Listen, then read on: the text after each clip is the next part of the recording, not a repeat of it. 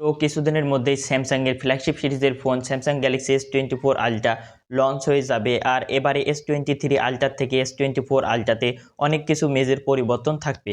Hello বন্ধুরা, তো কেমন আছেন আপনারা? তো আজকের এই ভিডিওতে আমরা S24 এ আসলে যে সকল পরিবর্তন হতে পারে এই সকল বিষয় নিয়ে আজকের ভিডিওতে জানবো। তো বন্ধুরা, প্রথমে এবারে S24 আলট্রাতে যে পরিবর্তনটি হতে পারে সেটি হলো এবারে তারা S24 আলট্রা এই মোবাইল ফোনটিতে তারা টাইটানিয়াম ফ্রেম ব্যবহার করবে, যার ফলে এবারে S24 আলট্রা আগের থেকে অনেকটাই হালকা এবং অনেকটাই মজবুত হবে এবারের S24 আলট্রা সিরিজের ফোনগুলো। তো বন্ধুরা, আমরা যেমনটা iPhone 15 Pro সিরিজের ফোনগুলোতে দেখেছিলাম যে তারা টাইটানিয়াম ফ্রেম ব্যবহার করার ফলে iPhone 15 সিরিজের ফোনগুলো অনেকটাই আগের থেকে হালকা এবং অনেকটাই মজবুত হয়েছে এবারের iPhone 15 Pro সিরিজের মোবাইল ফোনগুলো। তাছাড়া বন্ধুরা, এবারে S24 আলট্রা এই মোবাইল ফোনটিতে থাকবে কোয়ালকমের latest chipset Qualcomm 8 generation 3s chipset, যেটা হলো 4nm বেসড একটি চিপসেট। এছাড়া বন্ধুরা, এটা শোনা যাচ্ছে যে এবারের S24 আলট্রা সিরিজের ফোনগুলোতে যে চারিদিকে চিন এবং বেজেলগুলো থাকে, এবারে S24 আলট্রাতে চিন এবং বেজেলগুলো অনেকটাই কমে যাবে, বা এবারের S24 আলট্রা সিরিজের ফোনগুলোতে এবারে কোনো ধরনের চিন এবং বেজেল থাকবে না। এছাড়া এবারের S24 আলট্রা সিরিজের ফোনগুলোতে থাকবে 6.8 ইঞ্চির একটি ডাইনামিক অথবা LTPO অ্যামোলেড ডিসপ্লে থাকবে, যেটা থাকবে QHD প্লাস এর ডিসপ্লে।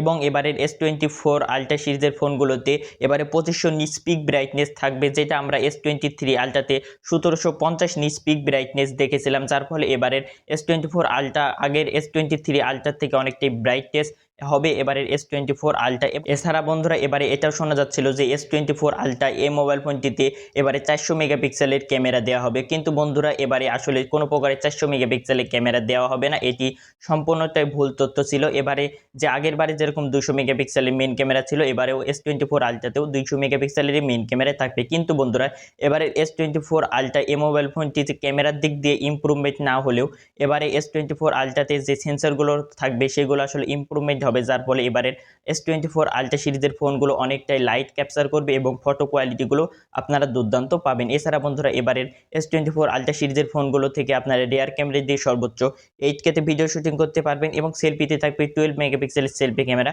এবং সেলফি ক্যামেরা দিয়ে সর্বোচ্চ 4K তে ভিডিও শুটিং করা যাবে। এছাড়া বন্ধুরা, অনেক লিক অনুযায়ী এটা শোনা যাচ্ছিল যে এবারের S24 আলট্রা সিরিজের ফোনগুলোতে 65 ওয়াটের চার্জিং সাপোর্ট থাকবে, যেটা আসলে থাকছে না। এবারে যে আগের বারে যেরকম 5000 mAh এর ব্যাটারি এবং 45 ওয়াটের চার্জিং সাপোর্ট ছিল, এবারের S24 আলট্রা সিরিজের ফোনগুলোতেও 5000 mAh এর ব্যাটারি এবং 45 ওয়াটেরই চার্জিং সাপোর্ট থাকছে। এবারের S24 আলট্রাতে স্যাটেলাইট কানেক্টিভিটি থাকবে, যার ফলে আপনারা ইমার্জেন্সি সময়ে কমিউনিকেশন করতে পারবেন। কিন্তু বন্ধুরা, আপনারা S24 আলট্রাতে এই যে স্যাটেলাইট কানেক্টিভিটি রয়েছে, এখানে আপনারা দুই দিক দিয়ে কমিউনিকেশন করতে পারবেন, যেটা আমরা iPhone 50 সিরিজের ফোনগুলোতে আমরা ওয়ান ওয়ে কমিউনিকেশন পেয়েছিলাম, যে শুধুমাত্র ইমার্জেন্সি সময় আমরা মেসেজ পাঠাতে পারবো, কিন্তু সে যে মেসেজ পাঠাবে আমরা সেটি দেখতে পাবো না। কিন্তু S24 আলট্রাতে আপনারা এই সুবিধাটি পেয়ে যাবে। এছাড়া বন্ধুরা, এবারে S24 আলট্রাতে যেটা আপনারা সচরাচর জানেন যে এবারে Android 14 ভার্সন থাকবে, তার সাথে থাকবে One UI 6.1। কিন্তু বন্ধুরা, এবারের যে One UI টি রয়েছে, এবারে কিছু One UI তে অনেকটা পরিবর্তন করা হবে, অর্থাৎ এবারে One UI এ অনেক AI ফিচার্স ব্যবহার করা হবে, যেগুলো আপনারা ব্যবহার করতে পারবেন। যেমনটা আপনারা ChatGPT ব্যবহার করে থাকেন, সেভাবে অনুরূপভাবে আপনারা AI ফিচারগুলো এবারে S24 আলট্রাতে পেয়ে যাবেন। আর বন্ধুরা, এবারে S24 আলট্রা মোট 4টি কালারে লঞ্চ করা হবে, যে 4টি কালার আপনারা আমাদের স্ক্রিনে দেখতে পাচ্ছেন।